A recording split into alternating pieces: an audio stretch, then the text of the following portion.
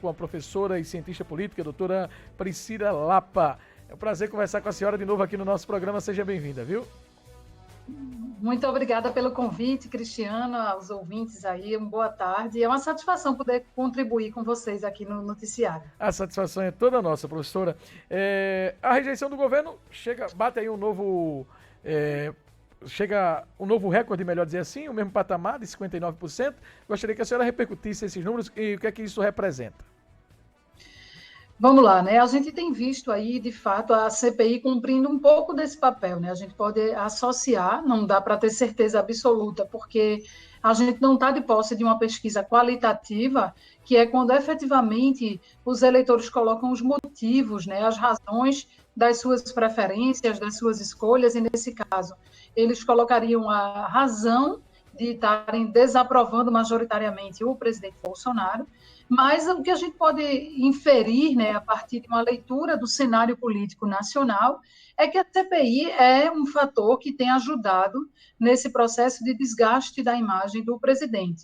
Se essa não é a intenção da CPI, né, isso que os senadores dizem, que esse não é, digamos assim, o principal objetivo da CPI, mas acaba sendo uma espécie de efeito colateral. A partir do momento que você expõe exaustivamente horas inteiras de depoimentos de pessoas ligadas ao governo, em que são depois analisadas e expostas contradições, né, fragilidades nesses discursos e até aí, como tem sido muito falado, de mentiras, né, de discursos ou de depoimentos que não correspondem com depoimentos anteriores, com pronunciamentos na mídia, enfim, acabando entrando em contradição em muitas vezes essas testemunhas que estão lá comparecendo à CPI do Senado. Então, sem dúvida, a CPI do Senado deve ter uma influência nesse processo de desgaste da avaliação do presidente Bolsonaro, mas a gente pode olhar o fenômeno também por um viés mais amplo. Por exemplo, a questão do auxílio emergencial, que no ano passado, nesse mesmo período, né, em junho,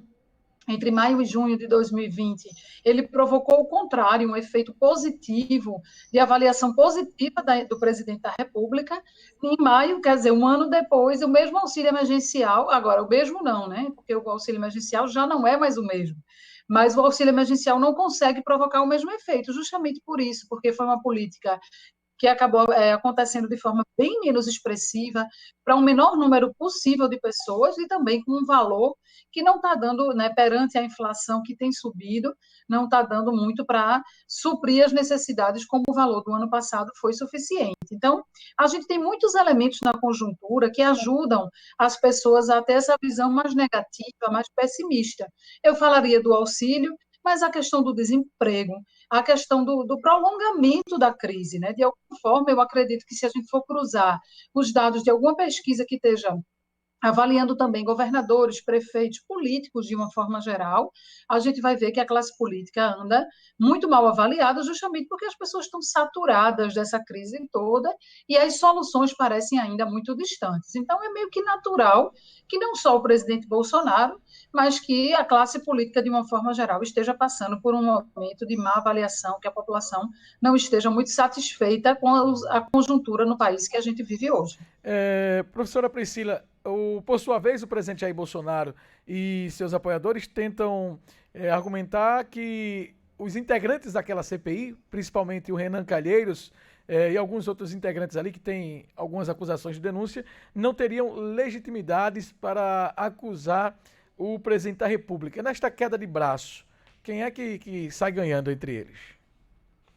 Veja, existem fatos contra os quais não há argumentos. Então, essa questão de ter senadores que respondem a processos que já foram iniciados em outras conjunturas não deslegitima, não existe nenhum dispositivo na Constituição ou no regimento do Senado que diga que integrantes de CPI não possam estar respondendo a processos. Isso não é. Se a gente fosse agora banir do exercício das suas funções legítimas parlamentares, todos os parlamentares brasileiros, seja no âmbito federal, estadual, municipal, que de alguma forma responde a processos, a gente entraria num terreno um pouco nebuloso, né, de que o fato de eu responder, eu ainda não estou né, a não ser aquele que está criminalmente afastado das suas funções, que de fato já foi transitado e julgado, por exemplo, que ele cometeu algum ato ilícito ou cometeu na esfera penal, por exemplo, algum crime.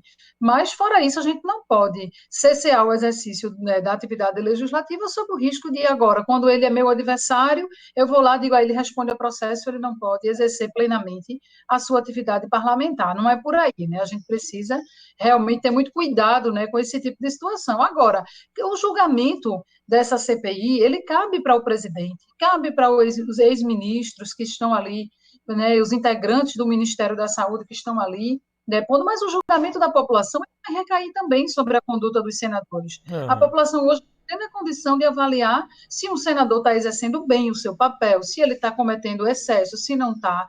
Então, o julgamento, ele, o palco, ele acaba servindo para todo mundo, para quem está sendo investigado e para quem investiga, para o bem e para o mal, né? Podemos Aham. dizer assim. Por sinal, ontem foram aprovadas as reivindicações da presença de 9 governadores, um ex-governador, no caso do Wilson Witzel, lá do Rio de Janeiro, e a recondução, né, na verdade, a reconvocação, tanto do ministro atual, Marcelo Queiroga, quanto do ministro, o ex-ministro, o Eduardo Pazuello. Essa ida desses governadores aí, que tem sido tão cobrada pelos governistas, pode mudar alguma coisa? Veja, tumultua muito a cena política, né? Não que eu não ache que governadores que versam, qualquer agente público que lida com recursos públicos, eles sempre precisam ser chamados à sua responsabilidade.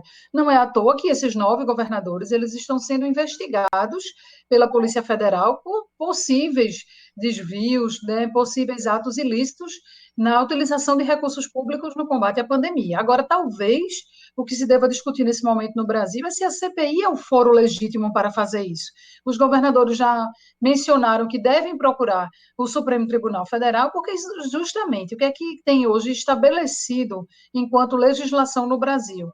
Que uma esfera não pode se sobrepor à outra, né? Um senador, quando ele está no exercício na CPI, quando ele está exercendo ali a sua tarefa parlamentar, enquanto membro de uma comissão parlamentar de inquérito, ele é investido de alguns poderes. Ele tem poder de polícia e poderes judiciários. Ele tem direito de inquirir, né, as testemunhas, de fazer requerimentos convocando pessoas para depor, e até, de certa forma, quando ele produz um relatório e os pares votam esse relatório, ele está exercendo um papel judicial. Então, nesse ponto, se você permite, por exemplo, a convocação do presidente da República, o presidente pode ser convidado, ele não pode ser convocado.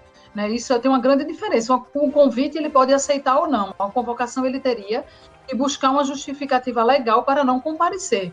Mas por que a Constituição fez isso? É uma maneira de você não concentrar poder, você não deixar que, já que nesse momento da CPI, esses senadores estão investidos de um poder um pouco acima daquele que normalmente ele teria, ele poderia desequilibrar isso em favor de um dos poderes. A mesma forma, isso também se refere a prefeitos e governadores, porque a instância que está ali, a CPI está instalada numa instância federal.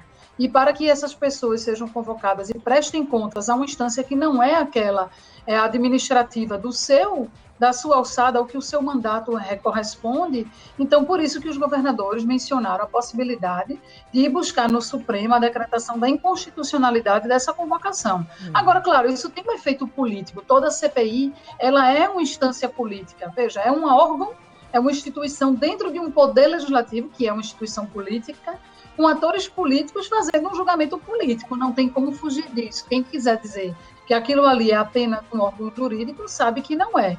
Então, claro que isso vai ser utilizado, porque se o governador decide utilizar a prerrogativa de acionar o Supremo para não comparecer, politicamente isso pode ser utilizado como aquela história de que a pessoa tem medo e por isso se esconde, e por isso não quer ir lá fazer a sua defesa, né, prestar os esclarecimentos. Por outro lado, se ele vai e gera fatos contra si, isso pode ser também politicamente muito ruim para esse agente público. Né? Então, Sim, de sim. todo jeito, a gente criou uma situação política embaraçosa e o pior de tudo, a gente corre o risco de nem só, se a intenção é boa, é de esclarecer a utilização de recursos públicos, que a gente utilize as instâncias responsáveis por isso. A gente tem Ministério Público, tem Tribunal de Contas, tem a Polícia Federal, tem uma série de instâncias que têm esse papel a cumprir, porque a CPI ela não pode perder o seu foco, né? Ela tem ali, claramente, sendo uma instância federal, de entender os caminhos que a União escolheu para o enfrentamento da pandemia. Mas isso ainda vai rolar muito, a gente ainda vai ver muitas cenas dessa novela, porque definitivamente no Brasil tudo que está ligado à política ganhou muito ar de novela, de fatos, né, muito emocionalmente interligados, mas do que propriamente de análises mais frias e mais racionais. Muito bem. Professora Priscila, voltando para quem ligou o rádio agora, nós estamos conversando com a cientista política, professora Priscila Lapa, analisando os números da pesquisa aí, que mostra a rejeição do presidente Jair Bolsonaro, atingindo o maior patamar, chegando a 59%. Voltando para essa questão da pesquisa e do presidente, que ainda não escolheu o partido, qual seria hoje a melhor opção para o presidente? Alguns avaliam que ele deve ir para o partido grande, como o PP, ou até mesmo um partido mais nanico. Outros já acreditam que ele deve ir para o partido onde ele possa ter um controle maior. Nessa altura, e faltando já, porque a gente fala de ano que vem, mas se a senhora e nossos ouvintes observar, o tempo passa muito rápido. Qual seria o caminho natural do presidente? Um desses partidos, como ele fez com o PSL na eleição passada, ou até para a robustez maior de apoio, seria mais interessante um partido maior? Veja, a gente tem que lembrar que em 2022 estarão em vigor as mesmas regras da eleição de 2020, que provocou aquela mudança do fim das coligações nas eleições proporcionais. Ou seja, um partido, para eleger um grande número de deputados federais, ele não poderá formar, e estaduais também, ele não poderá formar coligações para essa eleição, pode ser coligações para eleição majoritária.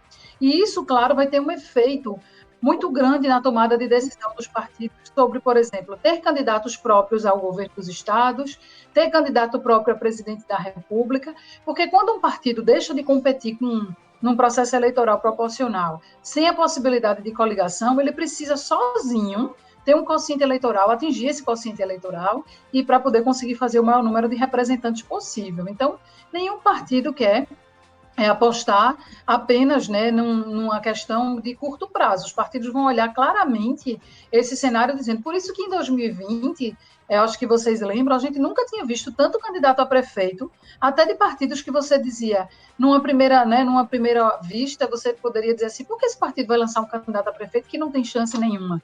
Isso foi uma estratégia muito utilizada no Brasil como um todo, dos partidos fortalecerem a legenda, o voto na legenda, e ter, de certa forma, um puxador de voto, né, tendo um candidato majoritário.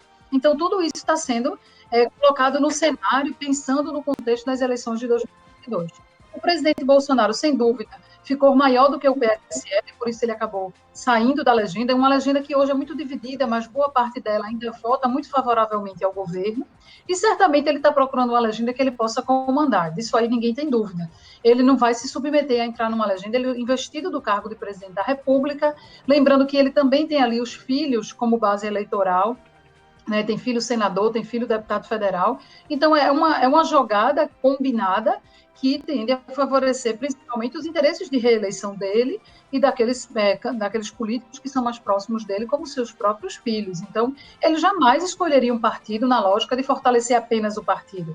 E essa questão de formação de alianças, de acomodação de pessoas em partido, ela é sempre um jogo do ganha-ganha. Né? O que é que eu ganho cedendo a legenda para ti e o que é que você ganha vindo para a minha legenda? Então, com certeza, isso está sendo muito claramente colocado. Agora, todos os partidos querem, em um primeiro momento, ter um presidente da República para puxar votos, para ser alguém que vai dar visibilidade nacional ao partido. Por outro lado, essas questões locais, por exemplo, o desgaste que o presidente pode ter com algum ator político local, isso tudo pode provocar um efeito das pessoas preferirem abrir mão de ter um puxador de voto como um presidente da República para continuar com o comando do partido no âmbito estadual. Então, isso com certeza está sendo pensado agora. A minha impressão é de que a tendência é que ele vá para um partido menor, que ele possa ter maior controle sobre as decisões desse partido, sobre o fundo partidário e sobre todos esses elementos que entram em jogo num processo eleitoral. Até porque não é muito o perfil de Bolsonaro ser alguém de muito acordo político, de fazer muita concertação política. Ele é muito mais de quem quiser me seguir que siga. né? Então ele vai tentar procurar um partido onde ele tenha espaço para esse tipo de atuação.